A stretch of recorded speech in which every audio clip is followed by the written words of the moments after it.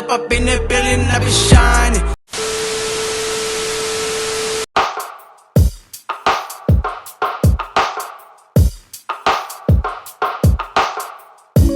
Mic check one. Oh, we're live. King's Disease 2, fresh off his Grammy win, which was way past due. But anyway, Nas is back. One of the albums that I feel nervous about reviewing because I know something is gonna click in a month. I know there's things that are gonna go over my head. I take Nas the same way I take Stogie T because that's just how good they are. Anyway, getting into the album, first track from the continuation of the album that got him his first ever Grammy. Can you believe how ridiculous that is? So I view Nas's albums as paintings.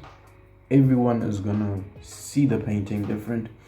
Everyone is gonna have a different interpretation of the painting. So here's my interpretation of this particular painting. So the pressure follows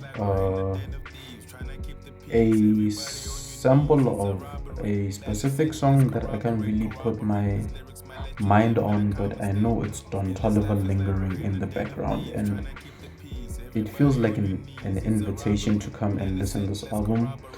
Throughout the album, it's so smooth. Hit Boy does an amazing job of producing this thing to a point. There's these three undetectable beat switches that you don't even see until you're in them. So like it switches from the first beat to the second beat to the third beat, and then next thing you know, we are falling into track 2 called Death Row East, where Nas talks about his run-ins with Suge, his run-ins with Park, possibly B.I.G. too. So yeah, it's storytelling at its best, and like he tells of the intricate details that no one really knew that he had. 40 Side is the next cut on this thing, and I'm guessing that's where he's from because it sounds like he is giving a nod to that particular hood. Yeah, it has that Undertaker flow, if that makes any sense. Super beat. Future in the background with a new ad-lib. I'm assuming it's Future, but I could be wrong, but it sounds like Future Hendrix. The next track on this thing is EMPD2, and obviously the standout rapper is going to be Eminem because at this point, I'm saying this for the billionth time, I don't think he's human. I don't think he has any competition. His flow is sick. His bars are so effortless, but they are so well thought out, and it's so easy for him to rap the way he does because he is so far ahead of the competition, and everyone else is just trying to keep up. Rare Form is one of my favorite cuts. Rare Form, because that's the chorus. It's one of my favorite cuts. The beat is sick. It's one of those self-hype songs. The production is a masterpiece. Again, I like the beat switches too. I liked the use of a Spanish word to say that, do you understand? He is just asking us if we understand that he is in rare form, and he will repeat, I cannot get over the beat.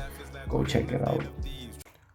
YKTV, that's one of the things that I like about Nas is he brings out the best in people. I've never heard YG rap like this. YG is usually chilled, but this time he knew that he was going to be featured with a legend, and he came to the party.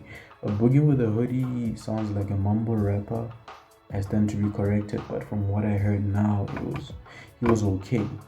YG lived up to the hype, and Nas gracefully carried the track. There's another track called Storen, and he's gonna start to go old school. I got Nipsey Hussle vibes from this. I got Elmatic vibes from this. It was a pretty chilled cut. There's a track called Moments. It's so luxurious. Again, versatility. We know Nas always goes for jazz raps, and that's what happens. And yeah, this solidifies him as a Grammy caliber rapper. As much as the Grammys don't mean anything anymore, Nobody. I didn't expect Miss Lauryn Hill to rap. Or maybe it's because I don't listen to enough of Miss Lauryn Hill. But yeah, it sounded like it was slowed down for her. And then I got to a part where she was starting to rap. And it was like, oh, it didn't really need to be slowed down for her. And yeah, she went gangster, man. She went poetic. And she went to the woke realm that poets go to. And yeah, there's another track called No Phony Love featuring Charlie Wilson.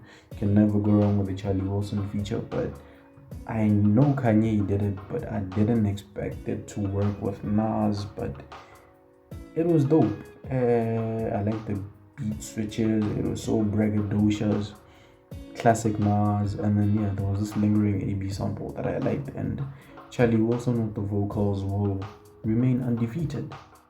Branch on Sunday featuring Blast. They continue to write A's as X's. I don't know why, but I'm not gonna bash anyone for that. I enjoyed the keys. I like the drums. It reminded me of All Bad featuring Anderson .Paak from the first installment of this album. And yeah, it was overall jazzy, and yeah, it was risky again. He went for that. And you think to yourself he wouldn't, because risky doesn't sell, but he didn't really care because Nas is a rapper and you can't be having fears as a rapper. Count Me In is another track on this thing. It's more risky. It gives you that blast from the past beats that young cats don't listen to right now. There's a track called Composure. Again, man, Hit Boy outdid himself in terms of production from the first installment of King's Disease, which is crazy because follow-up albums are usually terrible, especially if it's an installment. But yeah, I love the beautiful trumpets. I like the flows, and Hit Boy is actually rapping in here.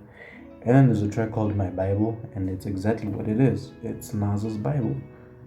There's scripture references from his own Bible, if that makes any sense. And yeah, so he's just reciting from his own Bible, and it was an interesting track. It was kind of corny, but it was an interesting track because how do you come up with your own Bible? But hey, it's a free world.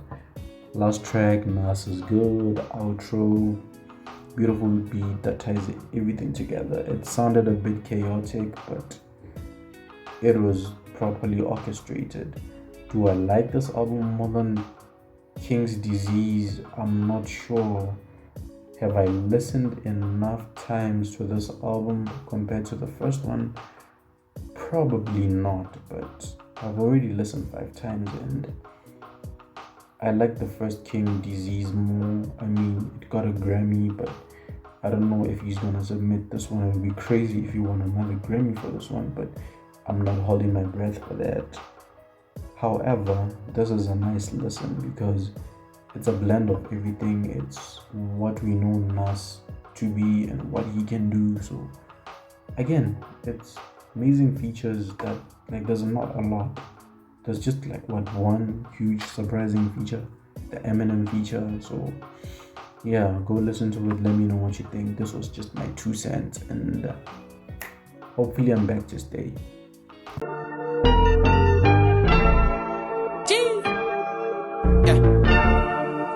Step up in the building, I be shining so hard, it be blinded.